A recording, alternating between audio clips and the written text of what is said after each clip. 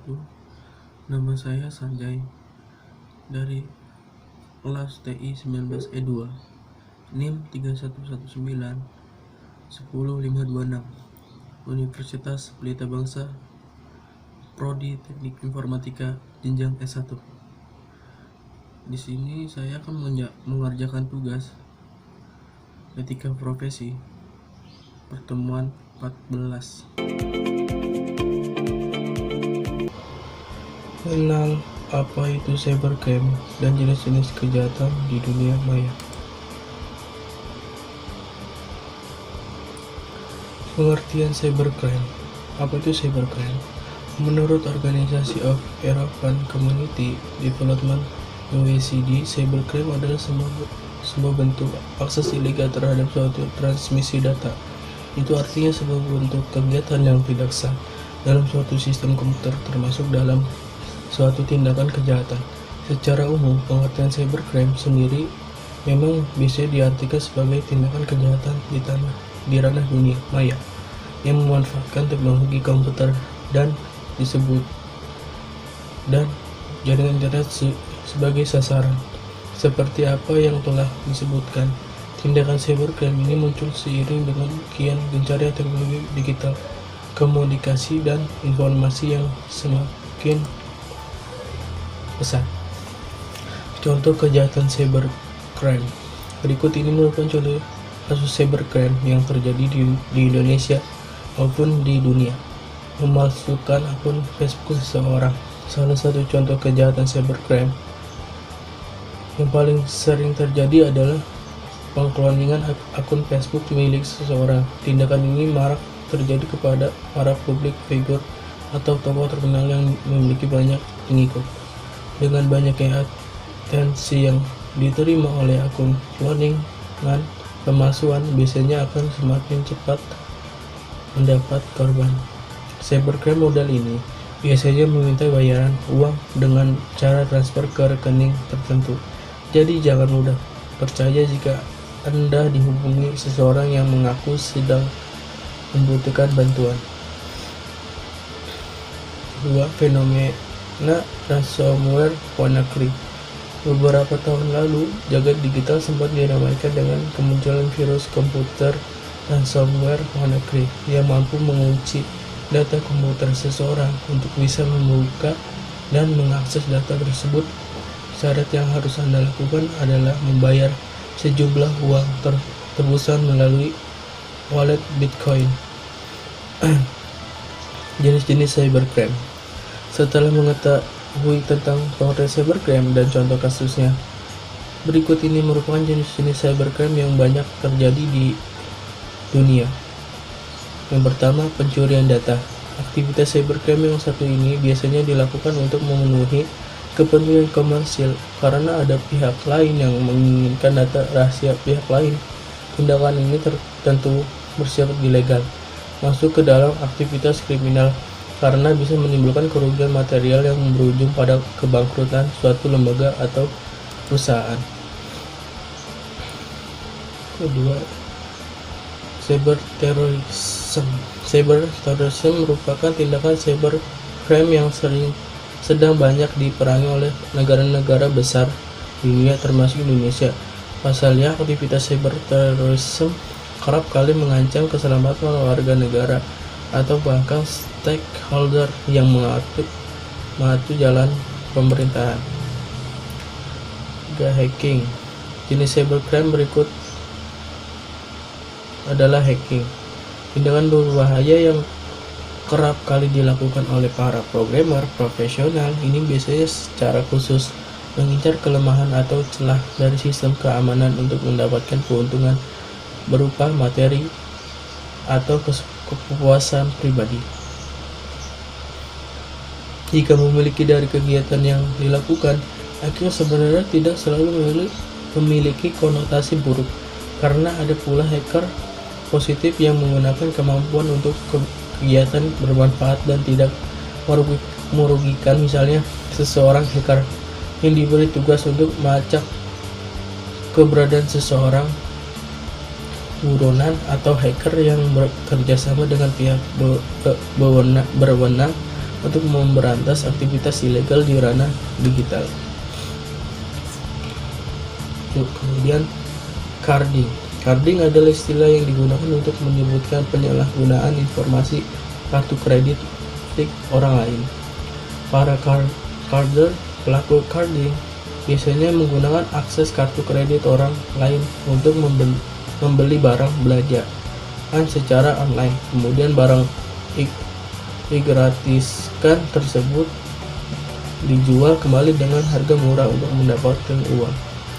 Tindakan kejahatan digital dengan cara carding biasanya kerap terjadi di luar negeri, sementara untuk pengguna di Indonesia angka kasus yang tercatat belum terlalu besar. Seiring masih minimnya penggunaan kartu kredit yang gemar bertransaksi di dunia maya. Defacing. Di antara tindakan cybercrime sebelumnya, defacing bisa dibilang menjadi aktivitas kejahatan online yang paling ringan. Hal tersebut salah satunya karena para pelaku deface biasanya menyasar website-website non-profit seperti situs pemerintahan, sekolah, atau universitas. Cybersquatting. Cybersquatting mungkin belum begitu familiar di kalangan pengguna di tanah air. Wajar memang pasal tindakan penyerobotan nama domain sendiri memang memerlukan modal serta kejelian yang tidak dimiliki banyak orang. Hasil cybercrime ini biasanya berupa uang tebusan yang nilai tidak wajar. Cyber P-Post-Squatting hampir mirip dengan cybersquatting. Tindakan cyber P-Post-Squatting sama-sama mengincar nama domain milik perusahaan terkenal untuk dijadikan sasaran. Bedanya aktivitas ini memanfaatkan kemiripan nama domain serta kelalaian pengguna yang jarang memeriksa ulang URL website perusahaan. Salah satu tujuan dari cyber P-Post-Squatting adalah untuk menjatuhkan citra baik dari brand bersangkutan dengan cara melakukan tindakan penipuan atau hal-hal ilegal lain yang melanggar undang-undang.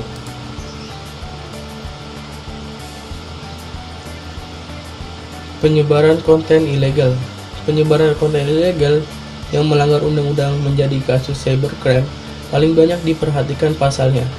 Aktivitas ini biasanya melibatkan tokoh terkenal atau konten yang mampu memancing kontroversi. Beberapa contoh konten ilegal yang masuk dalam ranah cybercrime di antaranya adalah video porno, penjualan senjata api ilegal, jual beli narkotika, dan lain sebagainya. Malware.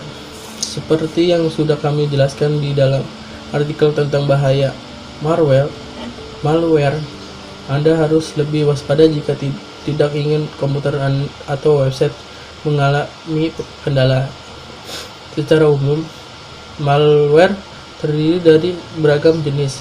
Ada virus Trojan, hoax, adware, worm, browser hijacker, dan lain sebagainya. Cara penanggulangan cybercrime.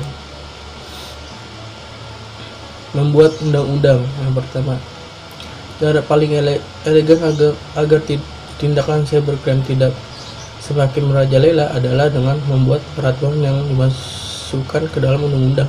Menegakkan hukum nantinya bakal membuat para pelaku cybercrime berpikir panjang sebelum melakukan tindakan kriminal karena dasar hukumnya jelas. Di Indonesia, aturan mengenai cybercrime saat ini menginduk pada UU ITE. Namun, sayangnya pola penindakan masih belum maksimal dan seringkali terkesan dipaksakan. Penegakan hukum di ranah dunia maya memang masih abu-abu karena dokumen elektronik sendiri belum bisa dijadikan sebagai barang bukti oleh KUHP.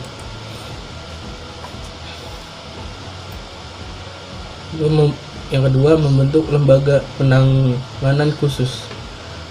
Anda tentu tidak asing dengan divisi cybercrime Mabes Polri. Nah, Saat ini kita memerlukan lembaga khusus seperti itu untuk menangkal dan menyelidiki potensi terjadinya tindakan kejahatan di ranah digital.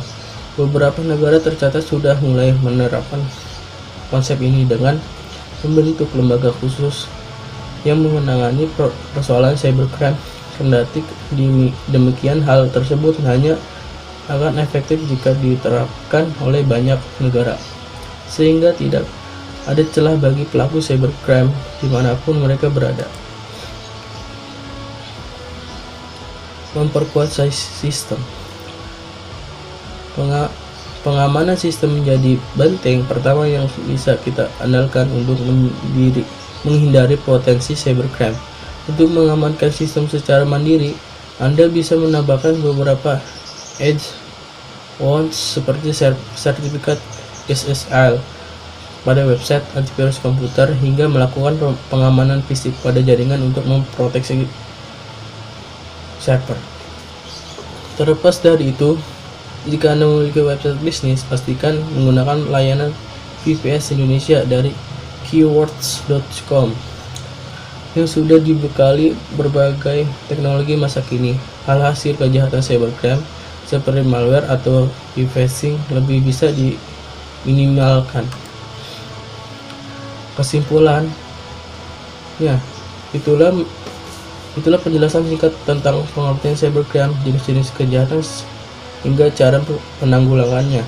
Saat ini aktivitas cybercrime memang meningkat pesat jika dibandingkan beberapa tahun lalu, ketika internet belum memiliki banyak pengguna. Dengan mengetahui informasi di atas, semoga Anda bisa lebih waspada sehingga kejahatan yang terjadi di dunia maya ini tidak menimpa Anda sampai kapanpun juga. Terima kasih. Wassalamualaikum warahmatullahi wabarakatuh.